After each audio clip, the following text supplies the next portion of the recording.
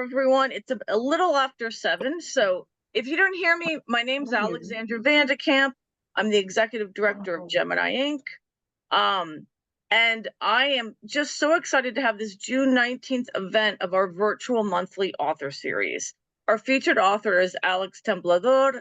We're delighted to have our moderator, Daniel Pena, back. We actually have featured him as an author. I think it was a little over a year ago, Daniel. Just a little background. We've been doing this for over 4 years, if you can believe it. It was born out of the depths of the pandemic in April 2020 with the amazing, unstoppable Blake Kimsey, who's the executive director of Writing Workshops Dallas. We're literally linked in literary arms doing this event, and we've collaborated on it ever since. Because he does 5 things at once all the time, I think. Blake is now in Paris actually running a creative writing workshop there. So I'm happily posing a little bit under the Writing Workshops Dallas Zoom account to be your tech host. I'm co-hosting this with Mandy Lynn Lara. She's the very talented, wonderful public class coordinator for Gemini Inc., runs all of our public classes, and she'll be introducing our authors more fully. Please keep yourself muted if you're not Daniel or Alex. And if anything else, I think just a few things thanking our sponsors. So actually, Humanities Texas funds us, helps us pay some honoraria to our wonderful writers. And we love our independent bookstores. The Twig Bookstore in San Antonio, in Terabang in Dallas have been great at like holding the author's books. Alex's book is so off the press. It's actually not quite off the press and is going to be soon available in August. But I'll be sharing some links because the pre-order is live now and you can order it tonight if you would like. So thank you for spending your evening with us. We're psyched to have you. And I'm going to hand the virtual mic over to Mandy so she can introduce our writers and we can let them, let them take the stage, so to speak. Oh, Mandy, I think you have to unmute. Zoom 101. Okay. Thank you so much for joining us for the Big Texas Author Talk. My name is Mandy Lynn, and it is my pleasure to read the bios of our featured author and our moderator. So our featured author tonight, Alex Temblador, is the Mixed Latine award-winning author of Writing an Identity Not Your Own, a guide for creative writers, Secrets of the Casa Rosada, and Half Outlaw. She received her MFA in creative writing from the University of Central Oklahoma and is a contributor to Living Beyond Borders, Growing Up Mexican in America, and Speculative Fiction for Dreamers, a Latinx anthology. Her work has appeared in Palabritas, D Magazine, and Colorado Review, among others. Alex is the creator and moderator of Lit Talk at Who's Books and the executive director of Right Here DFW, the Dallas-Fort Worth literary calendar. In addition to teaching creative writing classes, she is an award-winning travel, arts, and culture journalist whose work has appeared in Outside, National Geographic, Condé Nast Traveler, Texas Monthly, among others. And our featured moderator this evening, Daniel Pena, is a Pushcart Prize winning writer, an associate professor at the University of North Texas, where he teaches in the PhD program in creative writing. Formerly, he was based out of the UNAM in Mexico City, where he worked as a Fulbright Garcia Robles Scholar, a graduate of Cornell University and a former Picador guest professor in Leipzig, Germany. His writing has appeared in Plowshares, The Rumpus, The Kenyon Review, Texas Monthly, NBC News, and the New York Times Magazine, among other venues. He is currently a regular contributor to The Guardian and the Plowshare blog. His novel, Bang, is out now from Arte Publico Press. He lives in the beautiful Dallas-Fort Worth area, and I am going to start by handing it over to Daniel. Awesome. Thank you so much for that beautiful introduction, Mandy Lynn. I'm so glad to be in conversation with Alex today. I understand we're both caffeinating. We're both representing our, we got the Guadalupe Cultural Arts Center. We got your own, that jarrito from, where is this from? Brujita in Wichita Falls, Texas. Yeah, so we're caffeinating today. Fellow Arte Publico authors. Also, we're both in the DFW now, which is kind of cool. Woo. Yeah, I'm so excited for this book because I can't tell you how many times this topic comes up in my own graduate workshops and undergraduate workshops, and it's something that I think about a lot, but I have not really tactfully. It's so many has so many facets which you explore so deftly, and I think it's a brave work, it's a necessary work, but it's also such a great teaching tool, and um, my first question really, Alex, is like, could you talk a little bit about the genesis of this book? How did this book come to Oh, fruition? wait, How did it come into being? Yeah. Daniel, I think I'm supposed to read a little bit. Oh my God, Yeah. you're right. I jumped the gun. Could you please read for us an excerpt of the book? Yes. Okay.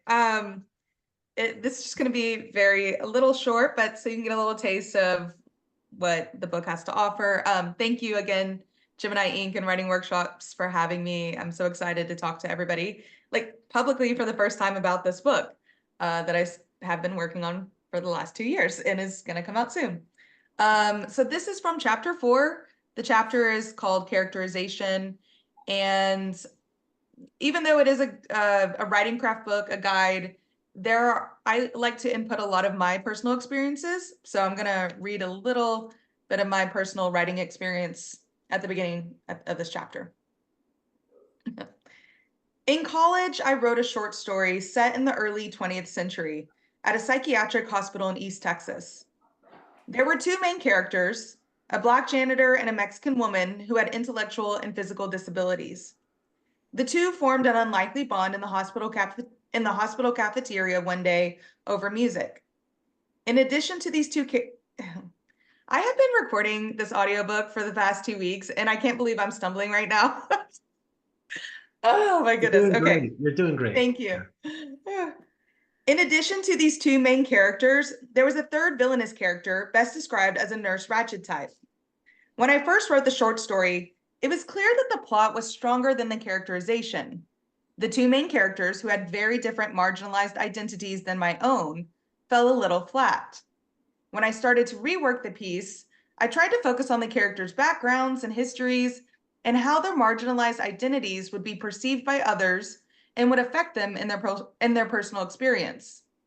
Arguably, the Black janitor was the lead protagonist because it was through his first-person account that the story was told. I would need to inhabit his thoughts and emotions and do something similar for the Mexican woman with physical and intellectual disabilities. My goal was to make sure these characters felt authentic to the period, their situation, and their identities. This was not as easy as I hoped it would be. I quickly realized that I was not a strong enough writer to write a main character who is a Black man in his 40s in the early 20th century. So instead, I made the character half Mexican, half Black, hoping that as a mixed woman who is half Mexican, I might be better able to inhabit his character and characterize him in a more authentic way. But that didn't work either, and eventually I made him fully Mexican. But I soon realized that his race was not my only or biggest concern. I struggled with figuring out his motivation for connecting with the Mexican woman with intellectual and physical disabilities, so I gave him a brother who had intellectual disabilities and had died at a young age. What kind of message did that send, though? Only people with siblings who had intellectual disabilities would be more willing to connect with people who had intellectual disabilities?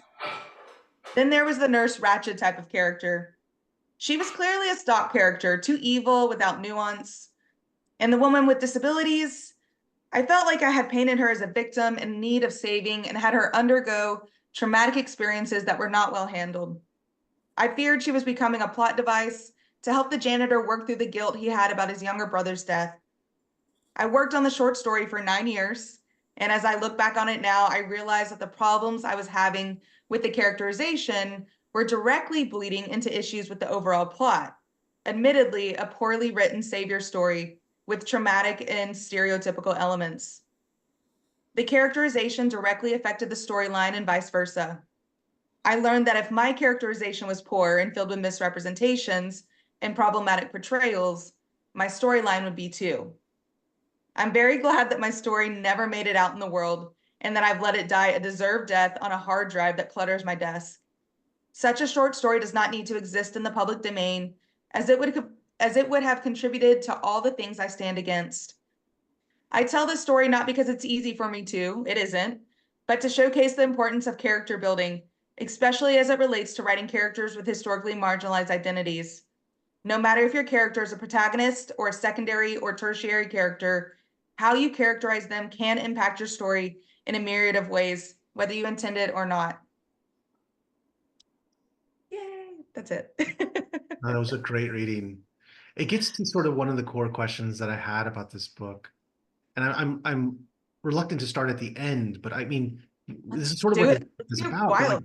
like, I love the ending of this book because it talks so much about like this exact thing, how to know when something is ready to go out into the world, how to know when to follow that gut feeling of like, is this moral or is this not? And how to Mhm. know when to hold something back or to scrap it. And Yeah. I was wondering if you could talk about that process a little bit more in detail and basically the advice you might give to young writers who I think by virtue of living in a really hyper capitalist sort of like publisher parish, and we feel this too in academia, you know, to publish, that not everything you write has to be written. I was wondering if you could talk about that a little bit. Yeah, it's hard. I think, like you were saying, we're so pressured to publish and get things out there. And I think even beyond that, many of us just feel if we worked on something, we Mhm. have wasted time if we don't publish it or if we never do anything with it or share it with the world. Um, that's not a mindset that you can have in this process, in this journey, because if you have that idea of like putting yourself a little bit first, which I get it's very easy and we've all kind of done it. I've done it myself. We can get blinded. No, I don't want to say that. We can um not see past our own like pride or drive what's actually happening on the page. Mhm. At the end of the book, I ask the reader a few questions like, why do I want to write this story? What did I do to write this story well is probably my biggest question for readers. Because if you didn't do anything to write a story about historically marginalized characters or different identities than your own, then is it ready to go out in the world? I would have the reader question themselves.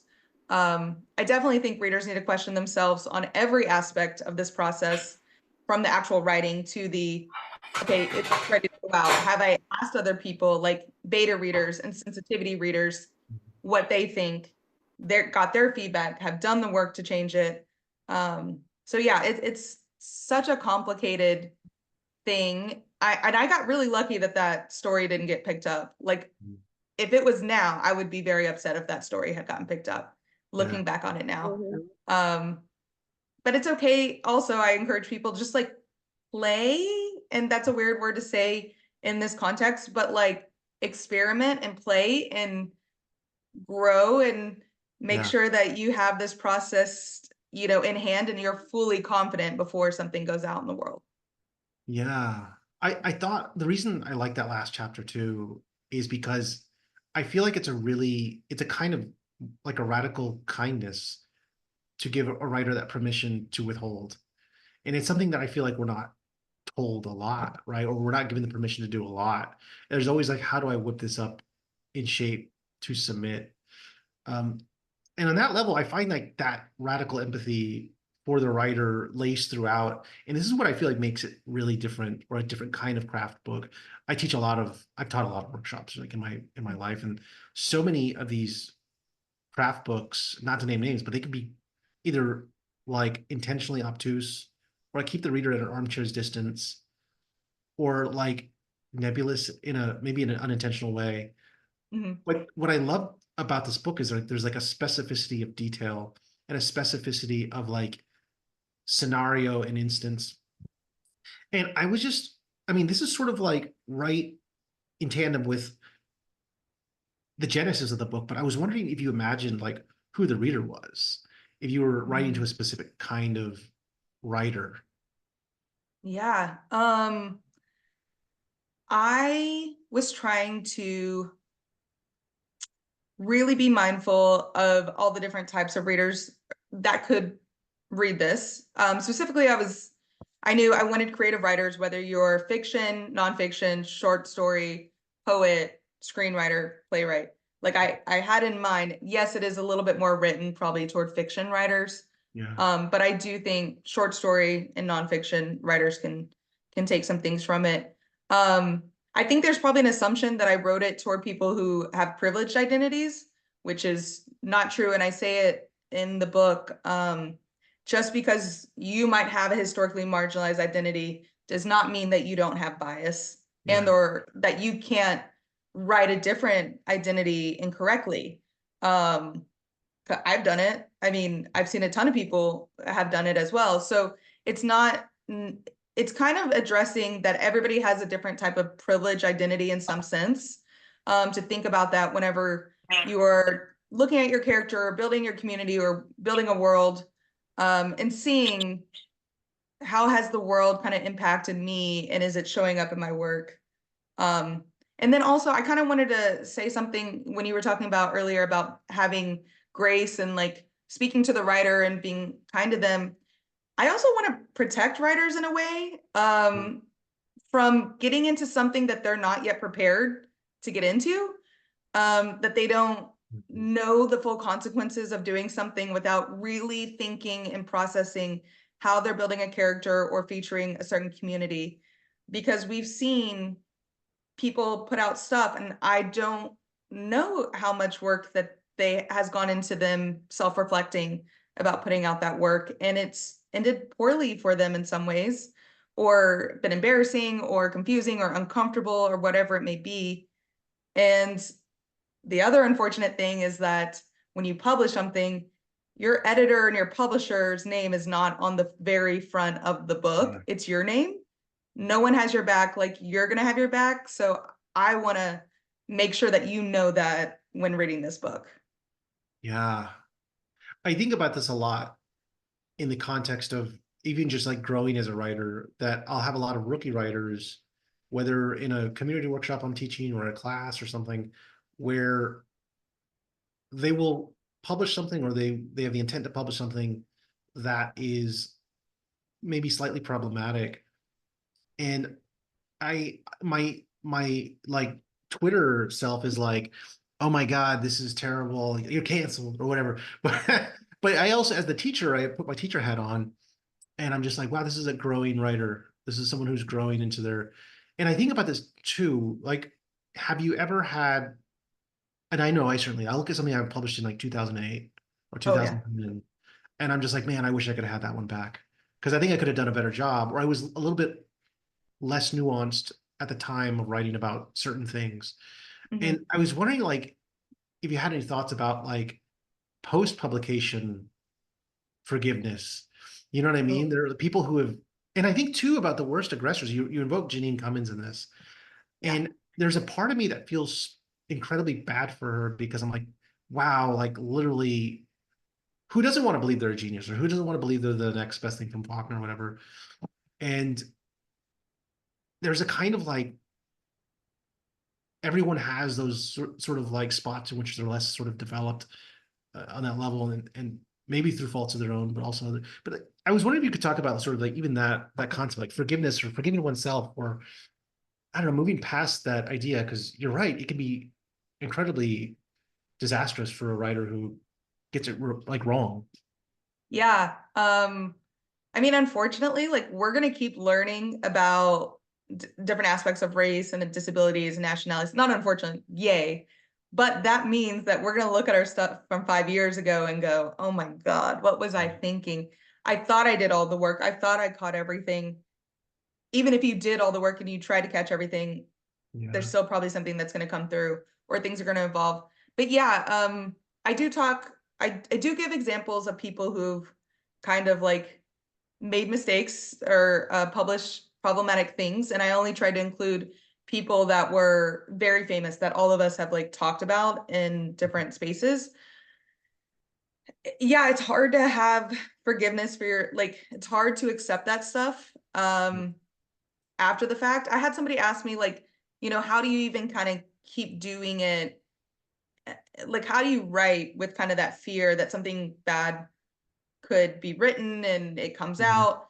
Is just reminding myself that I have biases, that my editors have it, my sensitivity readers have it, the publishers have it, like, and we all make mistakes and things are not going to get caught, even though I've gone through like 5 levels of people trying to catch stuff.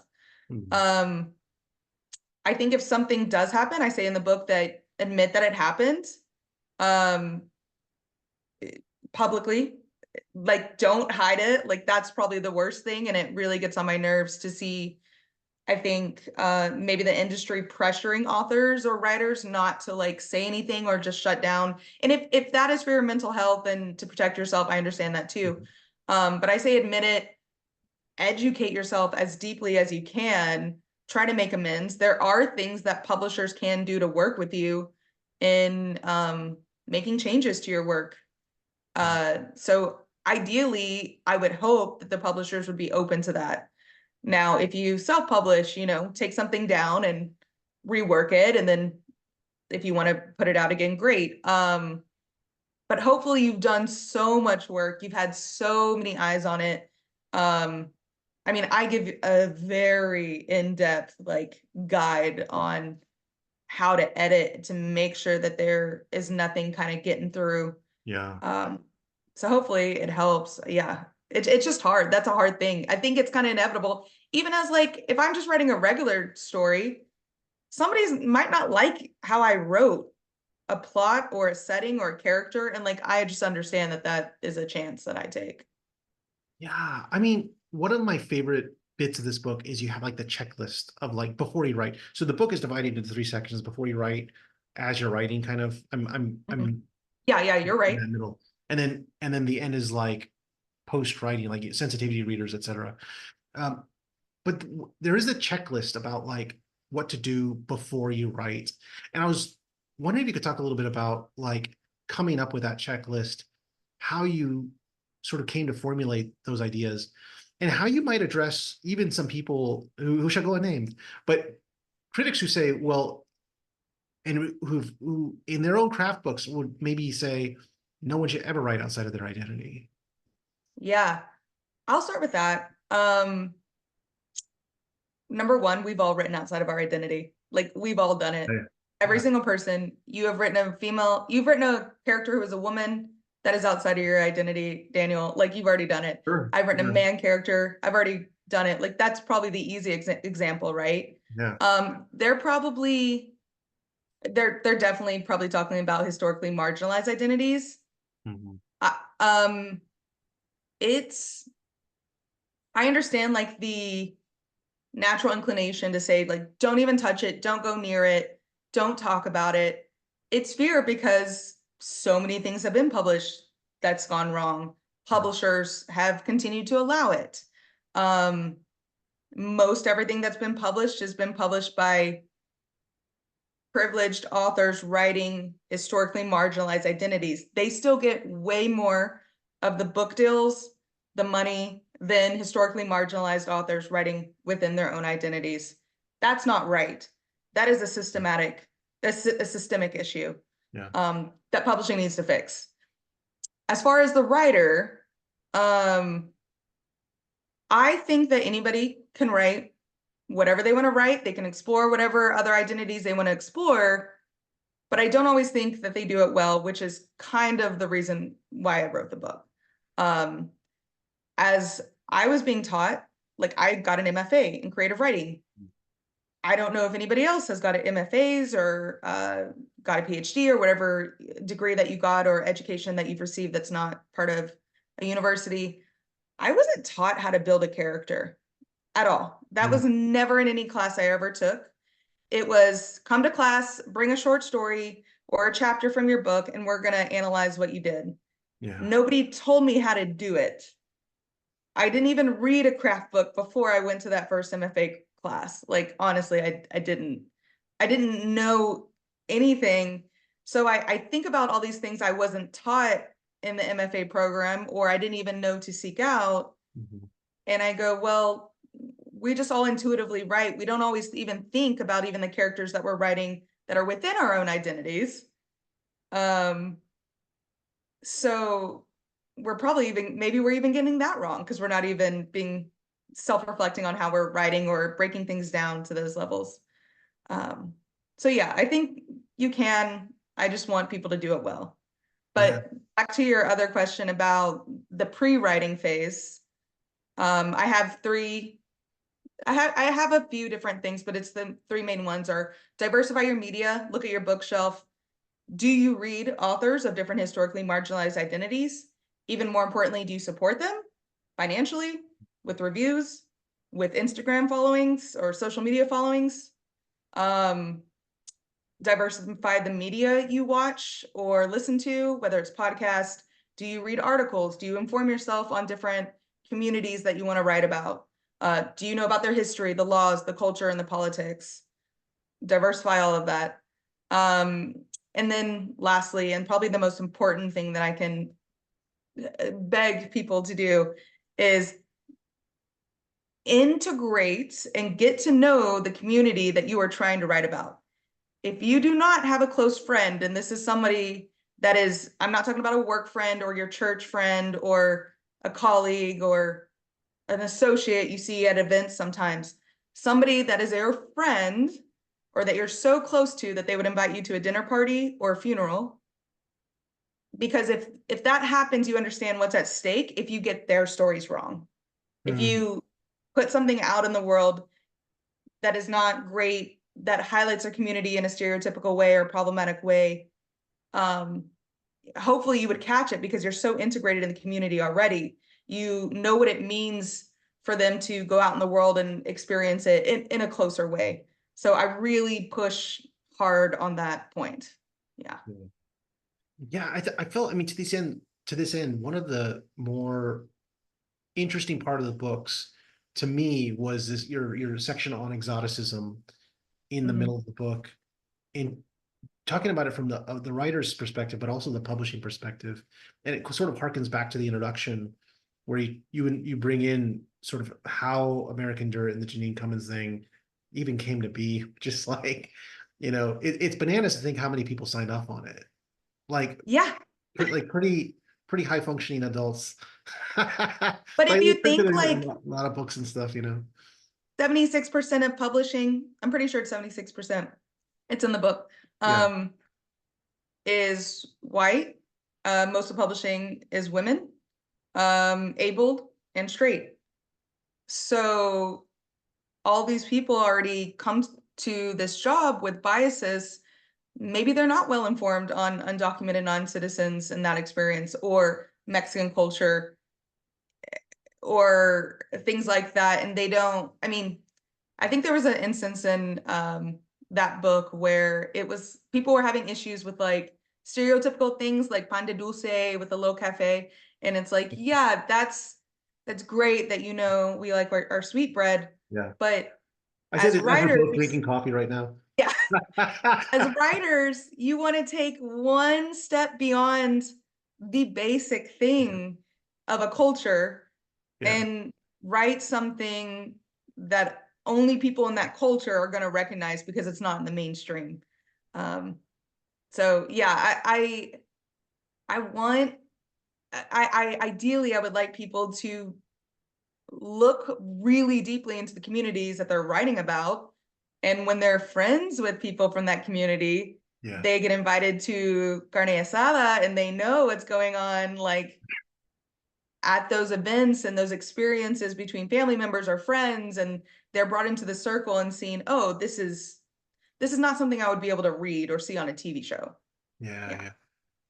No, I love that section of the book, and I thought it was super smart. On a nuts and bolts level, I'm really curious about your sort of process for writing this book, on a craft level, and breaking it down the way you did, and formulating these exercises, which are also part of the book. They're like really integral, and they're really good. I mean, I was looking through, I was like, wow, these are. I really enjoy some of these prompts. Could you talk a little bit about that, like crafting the book on a nuts and bolts level, your process for it, just coming up with those exercises? Yeah, what's so funny, so I said I was doing the audiobook recently. I was talking to my audio engineer and I was like, I don't remember why I put everything in this order anymore. And if I could, I would change some of the chapters up in the order. But I did want to separate it between before you write, as you're writing, and then editing and critique and feedback. Because I think that's like the journey that we all go through, right?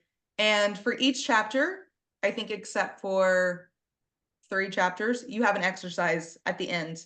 So not only does each chapter have like its theme, so we have like a discrimination chapter, and there's that's about writing discrimination, how you approach writing discrimination, if you need to write discrimination. I have a chapter on bias, and it has an exercise that shows you how you might have bias in your life based Yeah. on the people that you're surrounded by. Then there's exercise.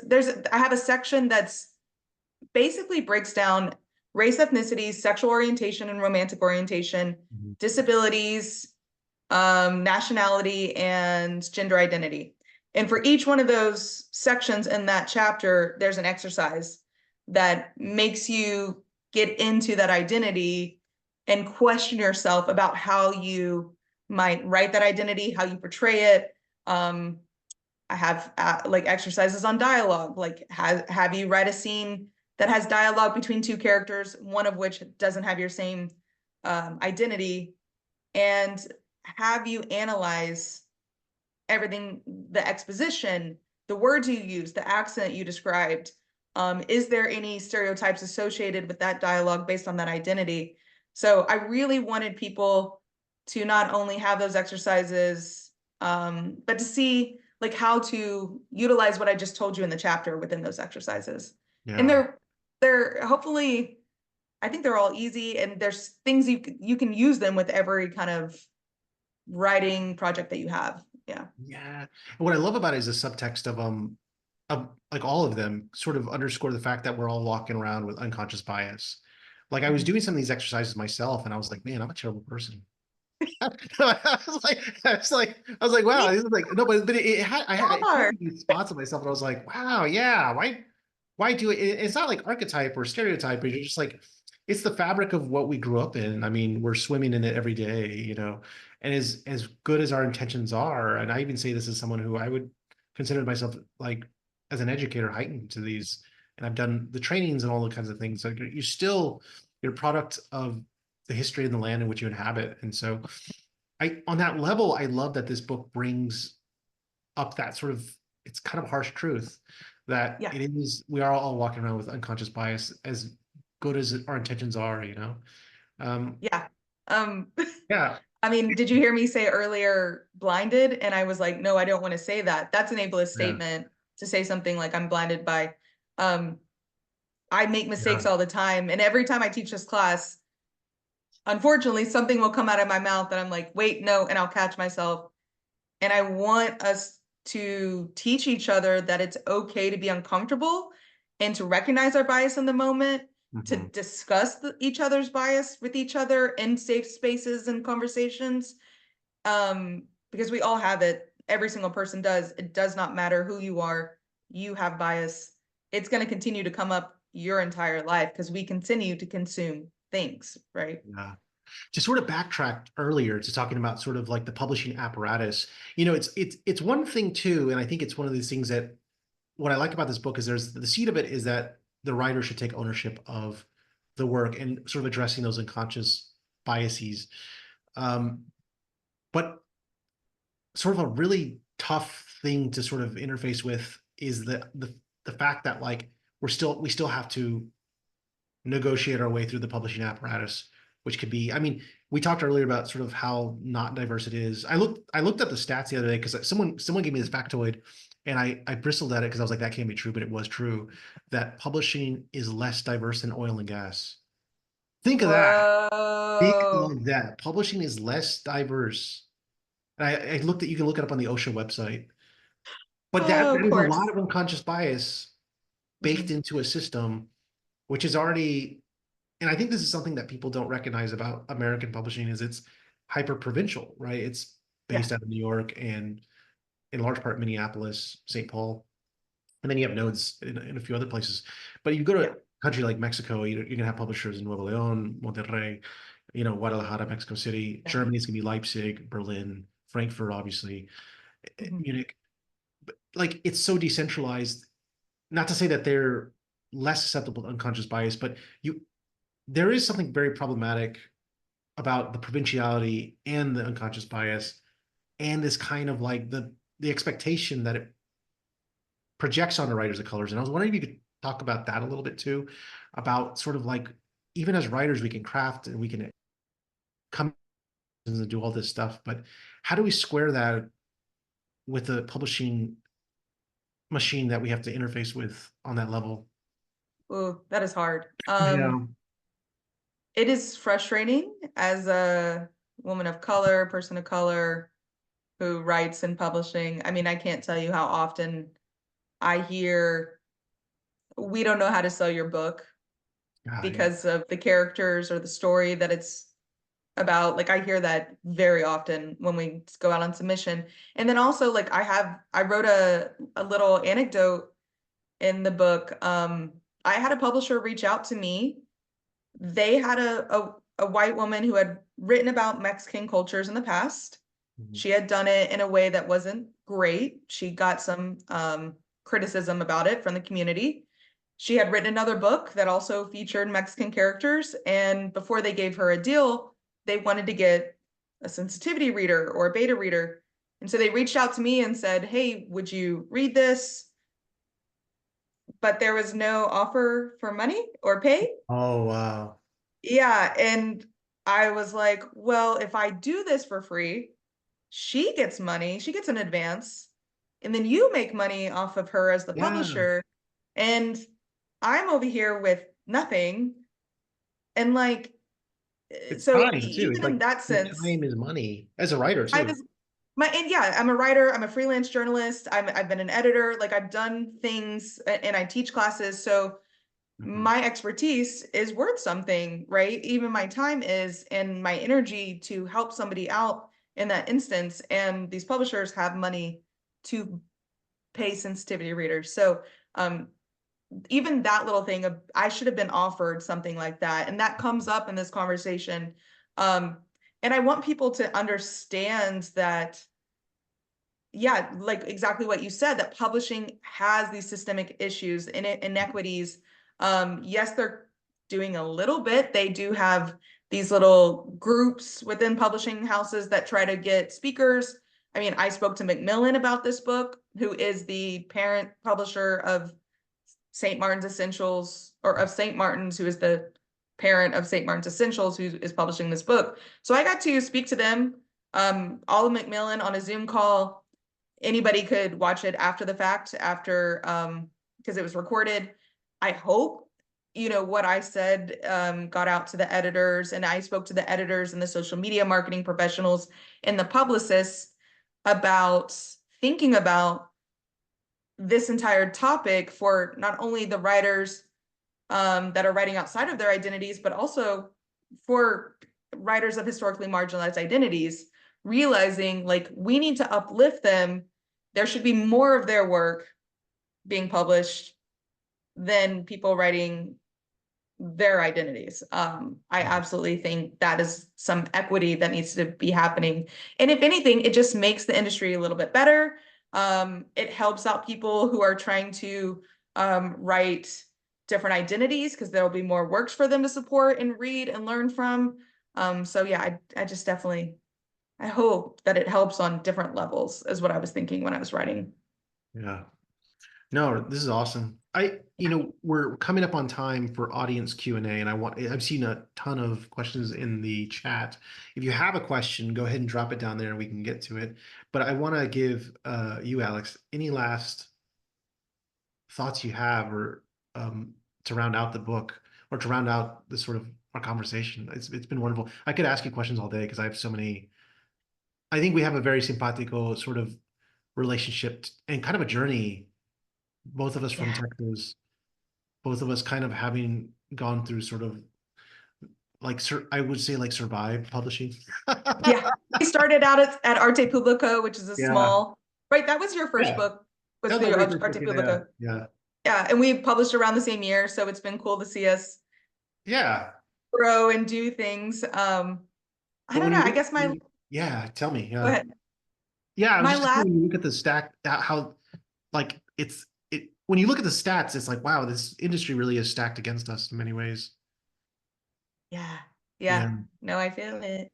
I will say with this book, it's gonna make you uncomfortable. I'm sorry. Mhm. Somebody wrote on a Goodreads review, this book may induce a few literary crises, um, which I thought was beautiful, and I kind of want to have stitched on a pillow, because it did the same for me writing it. Like, I was scared to write this book. I cried writing this book.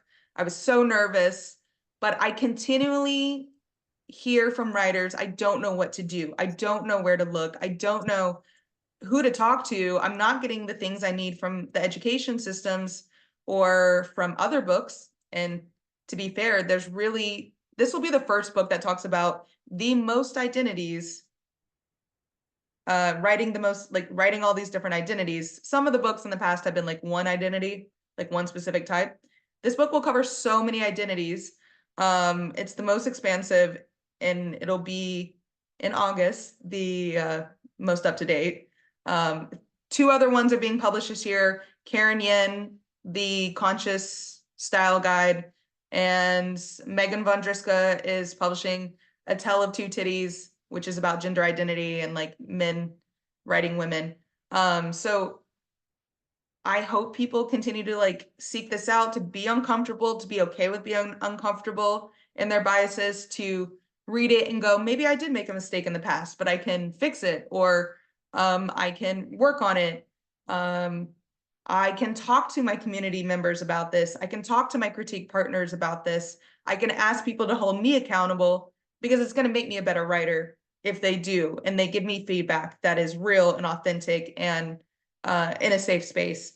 So I hope people just let themselves be in discomfort, because it's through discomfort that we learn something. Totally. Amen, man. Yeah, I believe in that. I Same. think that's a great actually aperture to get into the audience Q&A. The first question up on deck is comes from Bethany Reed, who asked, how do you select your sensitivity readers because they're individuals themselves, not a category? Yeah, how do you select your sensitivity readers? Hi, Bethany. You're great. Love you. Yeah, so well, now that I am a published author, I do have it in my like contracts to have sensitivity readers through my publisher.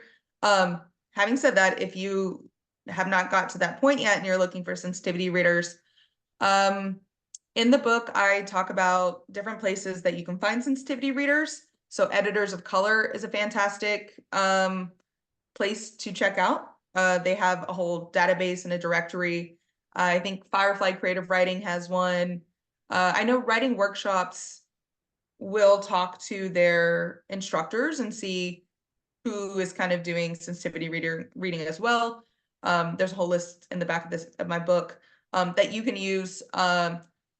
Speak to the sensitivity reader before you sign a contract. It's not just enough to say, oh, you're a sensitivity reader. You want somebody that you work well with, that you can connect with, that you feel like, of course, knows what they're doing, but also like is able to give you the feedback that's gonna benefit you, right?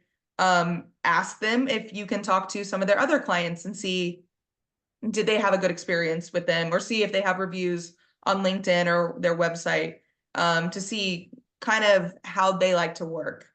Yeah, they're all going to be different. I do say if maybe it can be helpful to get a sensitivity reader that is the same identity of the character that you're writing. It's not necessary.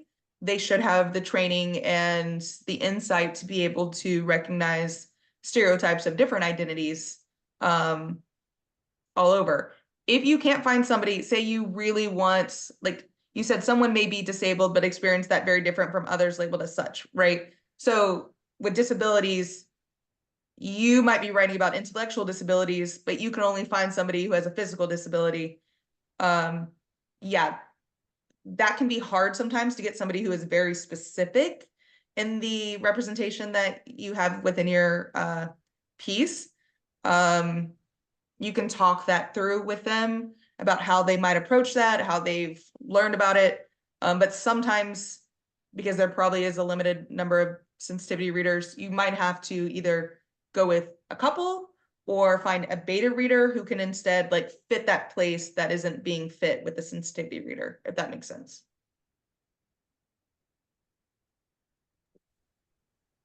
Cool. Any other questions? Throw them in the chat and I will read them out as we get them.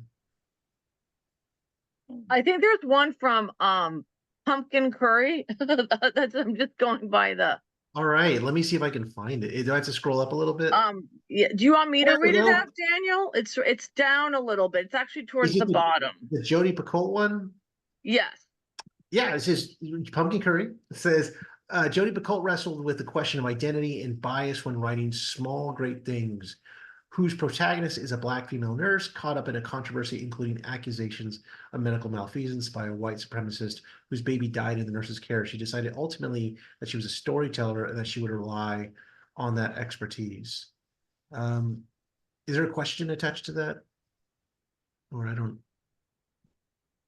No, it's just an interesting comment. It kind of yeah, no, but there is no more of a question, Daniel, just to answer your question. But I just thought it might be something that Alex would comment on just as an observation, I guess. Yeah. Any thoughts on that, Alex? Yeah, I'm rereading it again. Yeah, I mean, I don't know exactly all the things that Jodi, it's weird to say somebody's name, Jodi Picoult, especially somebody who is like Jodi Picoult, you know, was thinking or like exactly all the stuff that she said. You are going to be, I guess what I'm getting from this is that she was questioned, or she knew that she might be questioned for writing a character who is a Black woman nurse, and she herself is not. The part where it says that she was a storyteller and rely on that expertise, I don't think being a storyteller is enough of an expertise. Many of us are great storytellers. I mean, Janine Cummins is a good storyteller. Doesn't mean that she didn't have problematic depictions. Arthur Golden, who wrote Memoirs of a Geisha, great storyteller, but there's a lot of issues with exoticism in that storyline, and stereotypes, and uplifting American ideals and beliefs and systems as better than Japanese. So you can be a good storyteller, but not necessarily understand how your own biases can show up in your work, or understand how to build a character from a different identity. Now, I don't know, I've not read this book, so maybe she did fantastic, but it's just something I was thinking about reading that. So yeah, we have one from Travis Polling who just ordered the book. Thanks, Travis. Yay! He says, I don't want to paint the Lipan Apache, for example, the same way as the Mayeye, Coco, or others. How can I show those without having too many viewpoint characters?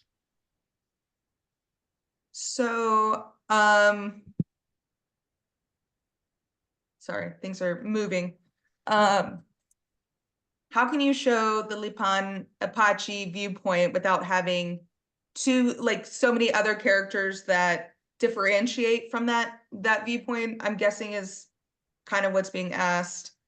So Yeah, I don't think you have to it says other characters are Spanish missionaries and soldiers in Texas. Well, I mean, definitely the Lipan Apache viewpoint is going to be very different from the Spanish missionaries and soldiers in Texas, because you have one group of people, missionaries and soldiers, who are coming into, their home, which is here in Texas.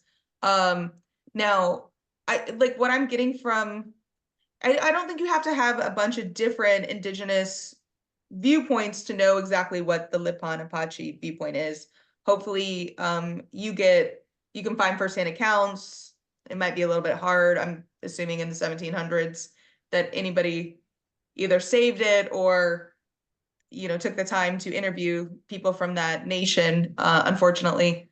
But definitely, I would, like in the book, I talk about making sure not to showcase the stereotypes of like Spanish missionaries and soldiers are right and good, and Lipan Apache are dangerous and attacking, or because I've even read, like, I will stop sometimes at the little historical markers. If you read those, oh my gosh, they all need to be edited. The Yeah. way they highlight indigenous peoples of Texas, it's very disturbing still. So definitely making sure that you highlight the complexities of what was going on in that time. Understand that history is biased. So even the firsthand accounts, I have a history degree, guys, too. So FYI, a lot of the firsthand accounts were written from the conquerors. I mean, that's just what it was. And so they weren't showing full, complex perspectives of what was going on at that time. Yeah. Yeah. Brilliant. Jimena Lunas asked, I like how you pointed out it's important to talk through your biases and learn from them in safe spaces. What are some of those spaces for you? Ooh, hi, Jimena. Good to see you. Um, yeah, so I have friends who are of different racial and ethnic backgrounds, sexual orientations, and I'm that kind of person. I'm probably the one that makes them talk about things they don't want to talk about. Because I'm like, wait, I had this thought. Is this ick, or is this, what do you think about this? And getting feedback from them, and kind of um it, not having a sounding board, because that's like hearing something back, but like a ping, like just a conversation. That's what I should just say. Um, get their perspective. I'm like, okay, that's different from mine. Or I will, social media weirdly can sometimes be a safe space of going like, hey, something is happening in book talk. I want to dive deep and see what all of these voices are saying. Mhm. What are they saying? Now I'm going to go do some research outside of social media, and better understand the issue that's happening. Um, I also think talking to writers who I don't know very well. So like I'll say like at conferences or events, I like to people who I'm just associates with, I just start talking about things like, oh, that was an interesting thing that we just heard. How do you feel about that? Or getting feedback from about their stories and hearing them read and hearing their personal experiences. So those are my safe spaces, I think. Yeah. Right on. We have a question from Diane Bertrand. She says, whoa, just moved on me. Where is it at? How much do you think the genre, mystery, romance, YA, etc., influences the challenges of writing identities not your own? For example, would an adult novel be more prone to criticism than writing for young adults? Ooh, yeah. So, I think genre. I have a whole chapter on genre. So I break down like stereotypes, a lot of the most common stereotypes and tropes in the different forms of different genres. So like Western, mystery, romance, so that you can have those there. I do think, yeah, each genre has their own stereotypes and harmful tropes, which is interesting, which also plays um, just a whole other level of what's going on, like just on the character level of the stereotypes and tropes or misrepresentations. Do I think an adult novel would be more prone to criticism than writing for young adults? Now, no. I think it would be about the same. I think people, especially because young adult books are so popular and many adults read them. And I've seen a lot of feedback about young adult books on social media and critiques on them.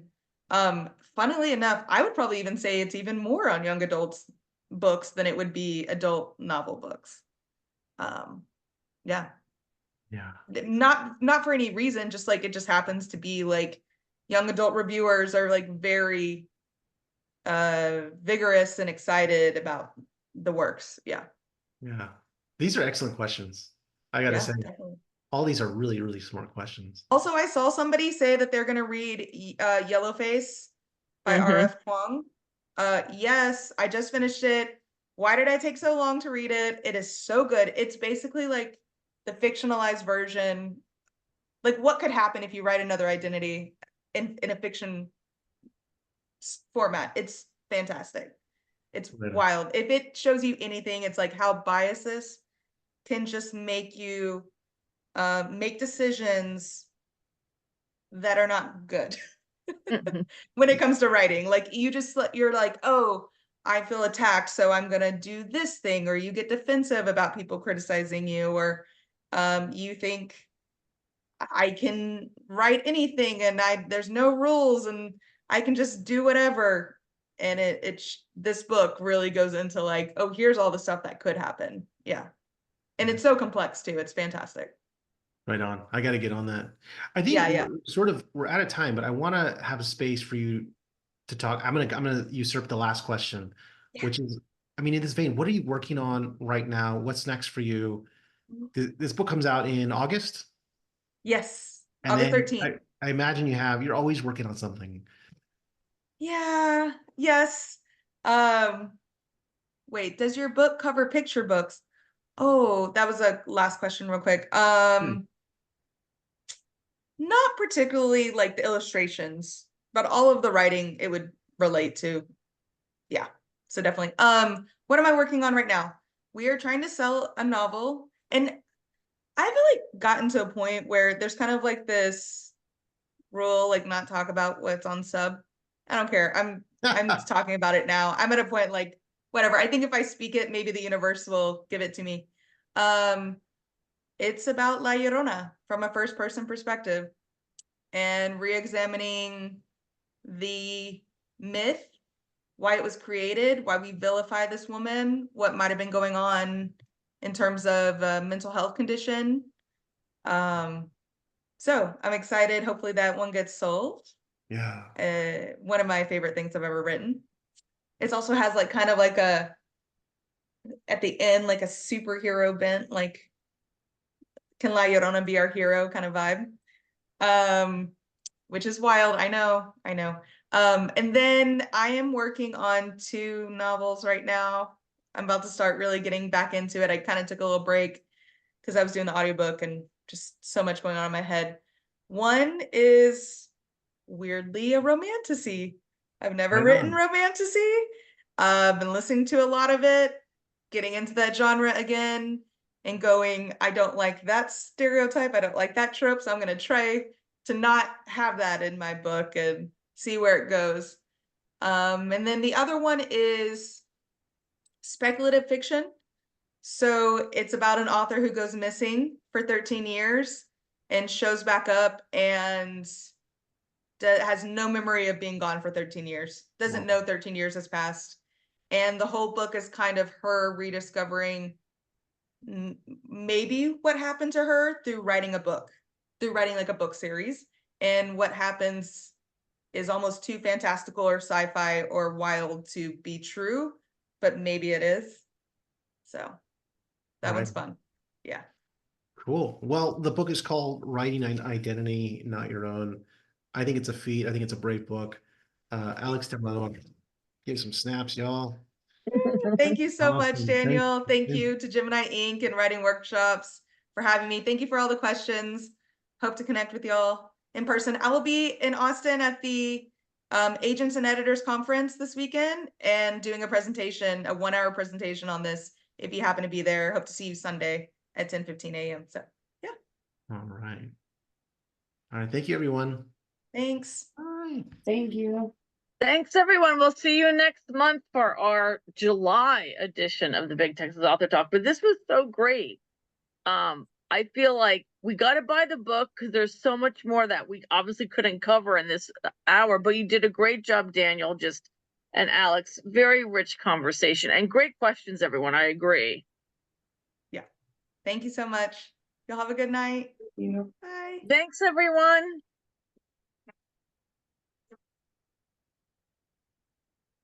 Thanks, Daniel. I appreciate Thank it. you. You're such a generous interview. Oh my gosh. No, great questions. Great questions. I felt so comfortable. So It's had a good it's time. so, it's so hard because I have so many thoughts on the book, and it's hard to like not ramble by contextualizing the questions because there's so much I wanted to ask you. I was like, oh my God, you know. No, I get that. Well, I'll just have to come to UNT. Dude, yeah.